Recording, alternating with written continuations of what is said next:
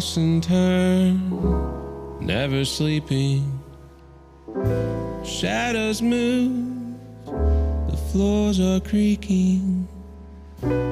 Is that you, or am I seeing things again?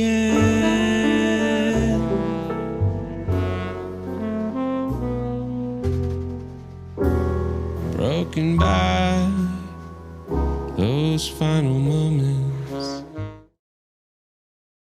I really loved the intro cinematography, how it was kind of a mini long take of her just upset at her desk. And we're kind of just like seeing her not being able to focus and whatnot and like having a drink and all that. And then I like how it instantly cuts to her shopping at the store and whatnot. And I just kind of liked that switch. I think aesthetically it was really cool to see that flip. So I thought that was great. The deadbeat boyfriend I thought was of course. I think that was really great. And I love how every time he's on camera, it kind of felt like he didn't really fit. The framing was a little off with him. And in some regard, it kind of felt like it was placed so that she could always be semi-center, so that we know that she should be the focus, even though he's not her focus. I thought that was really cool. And I thought that was great. And it helped to make it obvious that she's outgrown him, especially because the first conversation we have with them is him not really remembering their anniversary. So I thought that was really great.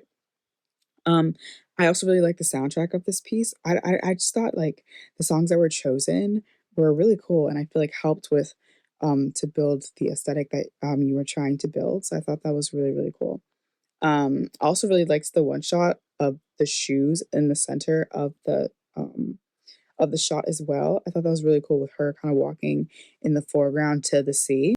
There was some really gorgeous cinematography in this piece, especially the music sequences, like right from the beginning, and some of the middle shots. That like swooping nature of it, it felt like a big atmospheric music video. I don't know how they did it, but I was really impressed by it. It added this nice, lovely, like luxurious indulgence in the moment and getting all the details, feeling like you're really living with these people.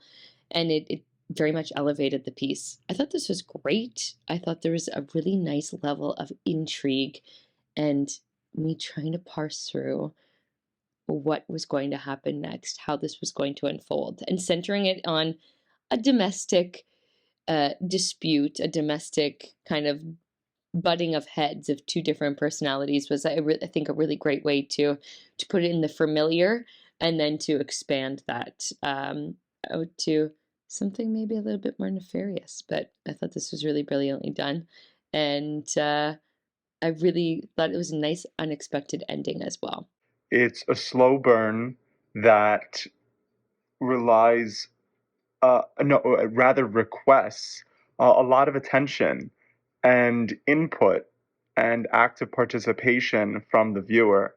And especially in the kind of horror thriller genre, I think that is one of the best times to make those kinds of requests because it steps us further into the uncomfortable, into the trauma, the unease, the tension. And all of that is absolutely at play throughout the toxic dynamic we see between this couple.